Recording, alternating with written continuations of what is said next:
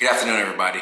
I'm Xavier Thompson, and in today's video, I'm going to be breaking down two key concepts in motor learning that should be utilized by any instructor who is dealing with a new learner. These concepts will help the learner develop the new skill. These concepts will help the new learner be able to understand what is going on in their movements and how to perfect them. The movement or the skill that we will be discussing today is going to be the squat press using kettlebells. So the squat press is a full body compound movement. It's going to target every muscle in your body, and it is not easy. This is an advanced movement that isn't usually recommended to beginner lifters, but with proper instruction, this movement can be mastered. In this video, we'll break down a step-by-step tutorial on how to actually perform this movement correctly. Along with the tutorial, we will talk about feedback, and we will also talk about freezing the degrees of freedom. These to me are the two motor learning concepts that I believe are the most beneficial for any new learner. Okay, so kicking off with the step-by-step tutorial, to make this movement a little less difficult, we're going to use kettlebells. Kettlebells are what's going to allow the learner to focus on stability and allow them to have more freedom to move and utilize more joints. First, the learner will grip the kettlebells in each hand with their palms facing inward. Now the learner will need to pull those kettlebells up and place them in front of the shoulders. This is the holding place. The learner will stand and keep their elbows close to their body. Now the learner must lower down into a squat position using two major cues, pushing the hips back and keeping the chest up. The kettlebells will remain in their position, which is in front of the shoulders. When a learner lowers their body far enough, basically when the hips are below the knees, using both legs, the learner will push into the ground and stand back up. Simultaneously, the learner must press the kettlebells overhead by straightening the arms. The final step of this movement is lowering the kettlebells back in front of the shoulders. So that right there is the step-by-step tutorial on how to perform the squat press correctly. Okay, so now let's talk about degrees of freedom.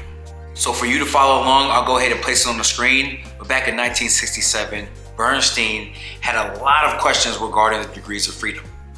He stated that the basic difficulties for coordination consisted precisely in the extreme abundance of degrees of freedom, in which the nervous system is not in any position to cope within the initial stages of learning. Now, although there is a high level of complexity with degrees of freedom, muscles, joints, trajectories, and velocities, the abundance contributes to motor adaptation and learning.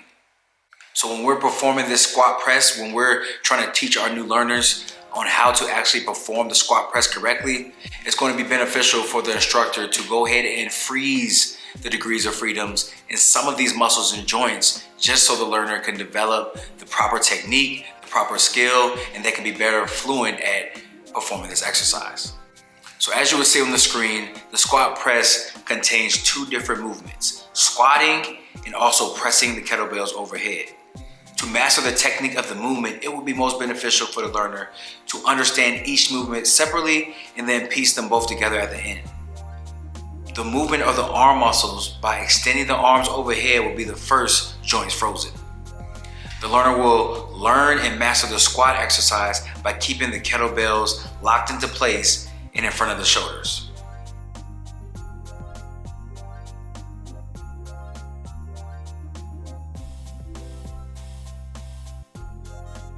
Squatting down into the squat position with hips lower than the knees will be performed repetitively until the learner feels dominant in this exercise.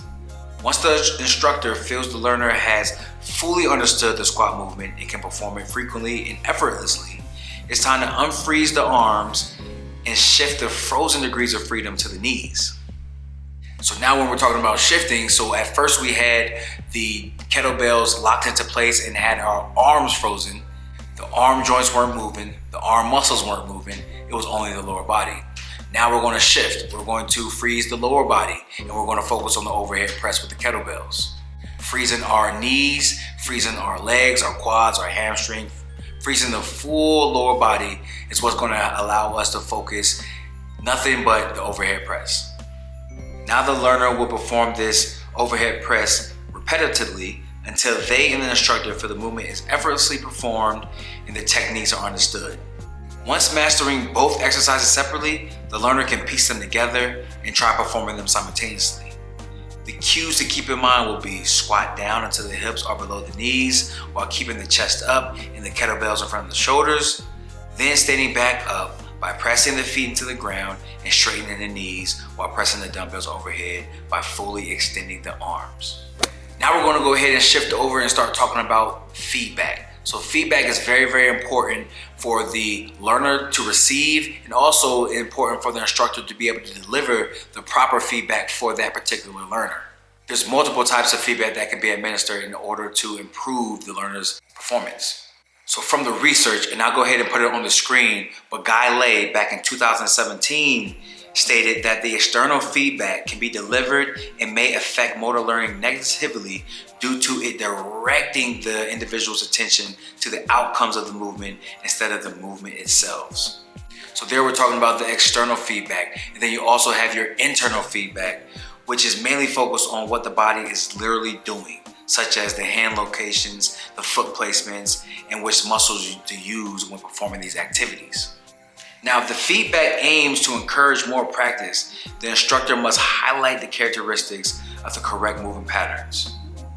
So we have knowledge of results, and we also have knowledge of performance, which are key feedback concepts that instructors use often.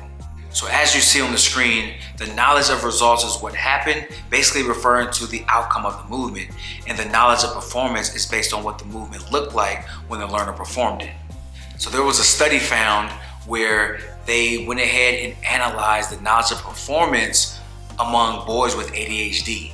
And here they were able to categorize descriptive knowledge of performance and also prescriptive knowledge of performance. Two different categories for one feedback. So the descriptive knowledge of performance describes the error the performer made, and prescriptive knowledge of performance identifies the error of the critical component, but also provides a corrective statement to better the performance.